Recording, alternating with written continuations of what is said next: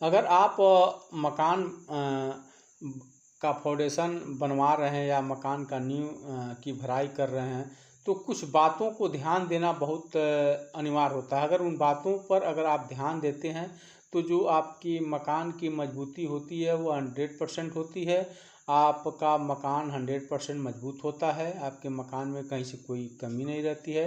तो देखिए, जब आप अपने मकान का फाउंडेशन तैयार कराते हैं दीवार के साथ, तो जब आप दीवार चढ़ाते हैं तो उसका फाउंडेशन भी आप उसके साथ अगर कॉलम भी तैयार करते हैं, तो होता क्या है कि दीवार के साथ जब आप कॉलम की ढलाई करते हैं तो वह कॉलम की जो मजबूती होती है वो 100% होती है। तो क्योंकि जब जो कंक्रीट होता है वह ईंट को अच्छी तरह से पकड़ लेता है और बहुत उसमें मजबूती आती है। अब रही बात हम केमिकल का क्यों प्रयोग करते हैं कंक्रीट में, तो देखिए, कंक्रीट में अगर आप केमिकल का प्रयोग करते हैं तो उससे बहुत से फ़ायदे होते हैं। जैसे इस केमिकल का काम क्या होता है कि जैसे कि मान लीजिए आपका कंक्रीट का पिलर की ढलाई हो रहा है, तो जब ढलाई हो रहा है तो यह केमिकल का काम होता है कि नमी को अंदर न आने दें। यानी नमी जब कॉलम के अंदर नहीं जाएगा तो जो आपकी सरिया होती है वह सुरक्षित रहेगी। जब आपकी सरिया सुरक्षित रहेगी तो आपका जो मकान का भविष्य उज्जवल रहेगा। तो देखिए, नमी अगर अंदर जाता है तो आपका सरिया में जब नमी पाएगा तो वह सरिया फूल जाएगी और आपका पिलर फट जाता है। तो इसलिए कभी भी अगर केमिकल का प्रयोग करते हैं तो केमिकल का मुख्य काम होता है कि नमी को पिलर के अंदर न जाने दें और बाहर रोके रखें और आपका जो कॉलम की मजबूती बनी रहेगी। अब रही बात, देखिए, जब कंक्रीट की ढलाई आप 2-1 का करते हैं तो बहुत बढ़िया होता है। कॉलम की जैसे मान लीजिए नींव के अंदर प्लिंथ बीम तक आप 2-1 का ढलाई करते हैं तो वह मजबूती 100% बनी रहती है, क्योंकि उसमें सीमेंट का जब मात्रा अधिक होता है तो वह पानी को एब्जॉर्ब नहीं करता है। यानी पानी को अपने अंदर वह आने नहीं देता है, पानी को बाहर रोक देता है।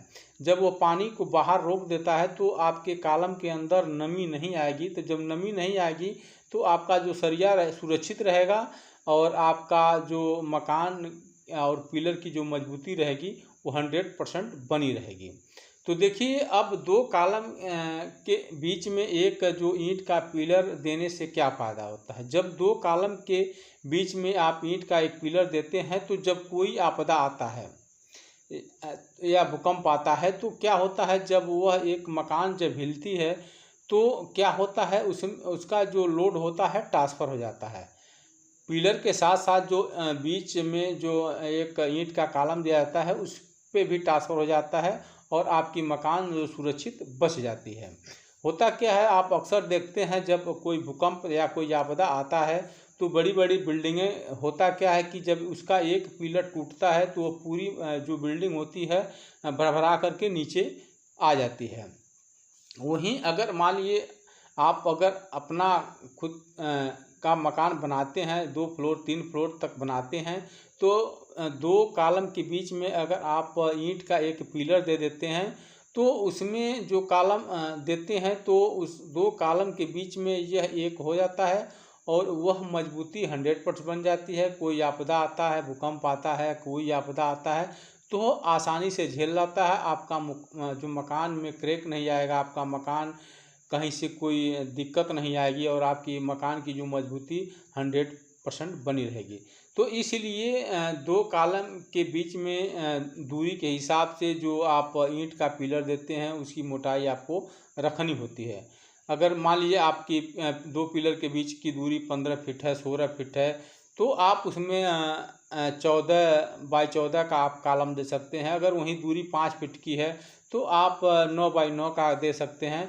तो इस हिसाब से दूरी के हिसाब से 2 कॉलम के बीच में जो ईंट की जो पिलर दिया जाता है, इसलिए उसको दूरी देख करके उसमें लगाया जाता है ताकि आपकी जो मकान की मजबूती बनी रहे, कहीं से कोई दिक्कत ना आए। तो इसका बहुत सा फ़ायदा होता है और आपकी मकान बहुत मजबूत होती है।